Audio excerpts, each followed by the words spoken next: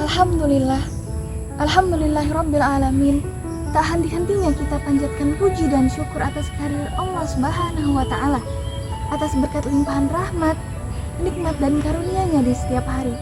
Dan semoga sholawat dan salam selalu tercurahkan kepada suri tauladan kita, junjungan kita bagi dan Nabi Muhammad sallallahu alaihi wasallam. Allah Subhanahu wa taala berfirman di dalam Quran surat Al-Baqarah ayat 155 sampai 156. A'udzu billahi minasyaitonir rajim. Bismillahirrahmanirrahim.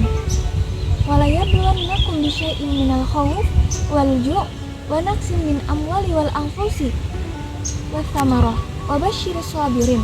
Yang artinya, dan kami pasti akan menguji kamu dengan sedikit ketakutan, kelaparan, kekurangan harta, jiwa dan buah-buahan, dan sampaikanlah kabar gembira kepada orang-orang yang sabar. Alladzina idza asabathum musibah qalu inna lillahi wa inna ilaihi raji'un. Yang artinya, yaitu orang-orang yang apabila ditimpa musibah, mereka berkata inna lillahi wa inna ilaihi raji'un. Sesungguhnya kami milik Allah dan hanya kepadanya lah kami kembali.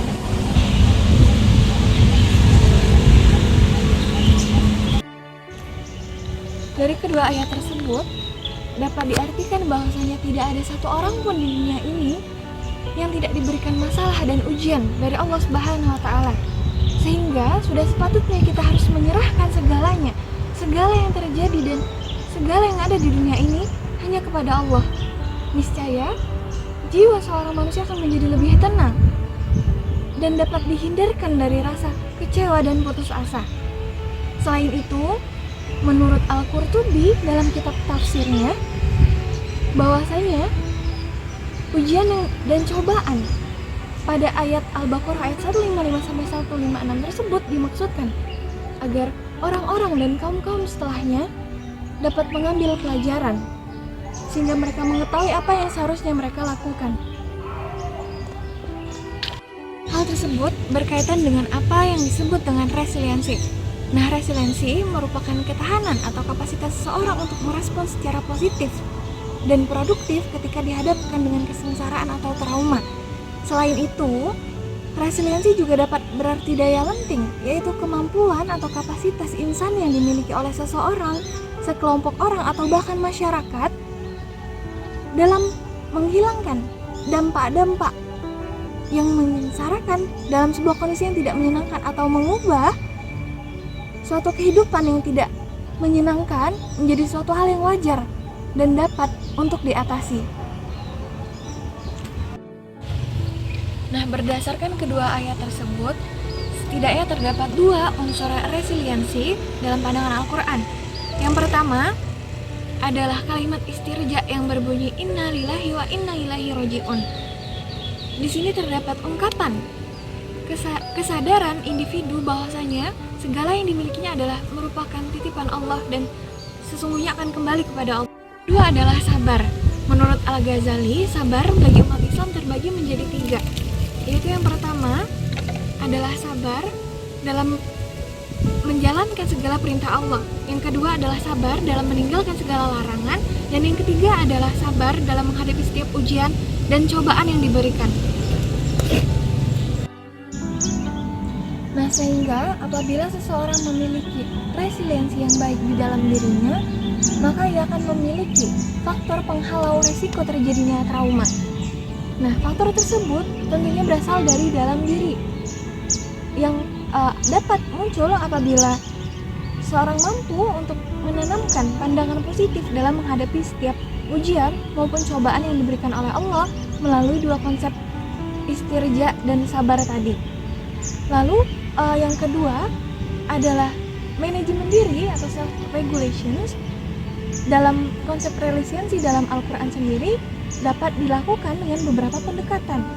Yang pertama adalah meyakini bahwasanya segala sesuatunya adalah milik Allah dan tentu akan kembali kepadanya. Yang kedua adalah dengan sabar dan tabah dalam menghadapi setiap ujian serta cobaan yang diberikan oleh Allah. Lalu yang ketiga adalah menanamkan sifat pasrah atas segala ketetapan yang telah diberikan oleh Allah. Yang keempat adalah melibatkan Allah dalam setiap atau segala keputusan, karena hanya Allah yang berhak atas segalanya. Dan yang terakhir adalah berusaha sabar dan menerima apabila suatu saat Allah mengambil apa yang sudah dititipkan Allah kepada kita.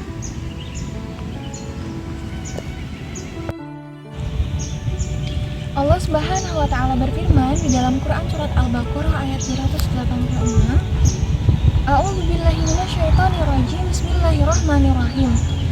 La yukallifullahu nafsan illa wus'aha, laha ma kasabat wa 'alaiha ma kasabat. Artinya, Allah tidak membebani seseorang melainkan sesuai kesanggupannya. Ia mendapat pahala atas kebajikan yang dikerjakannya dan mendapatkan siksa atas kejahatan yang dilakukannya. Mereka berdoa, ya Tuhan kami, ampunilah kami apabila kami lupa dan bersalah. Ya Tuhan kami, janganlah Engkau bebankan kepada kami beban yang berat sebagaimana Engkau bebankan kepada orang-orang sebelum kami. Ya Tuhan kami, janganlah Engkau pikulkan kepada kami apa yang tidak sanggup kami memikulnya. Ya Tuhan kami, beri maaflah kami, ampunilah kami, dan rahmatilah kami. Sesungguhnya Engkaulah penolong kami, maka tolonglah kami dari kaum yang musyrik atau kafir. Baik, mungkin itu sekian dari saya. Saya akhiri di sini. Wallahu muwaffiq ila aqwamit thoriq. Assalamualaikum warahmatullahi wabarakatuh.